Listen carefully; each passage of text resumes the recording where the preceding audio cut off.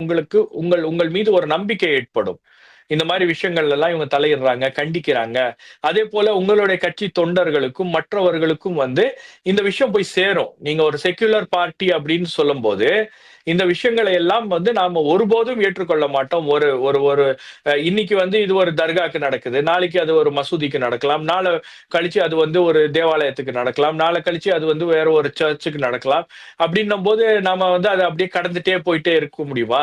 அது ஒரு பேட்டர்ன் இருக்கு, ஒரு டிசைன் இருக்கு அப்படின்னும்போது, அதுவும் வந்து பாஜக தலைவர்கள் வெளிப்படையாகவே பேசிட்டாங்க. நாங்க இத வந்து ஒரு அயோத்தியா ஆஃப் சவுத் அப்படின்னு மாத்தப் போறோம்.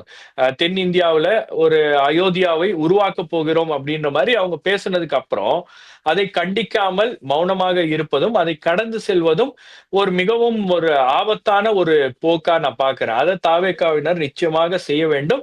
அத செய்ய தவறுனீங்கன்னா, உங்கள் மீதான நம்பகத்தன்மை அப்படின்றது குறைஞ்சிரும்.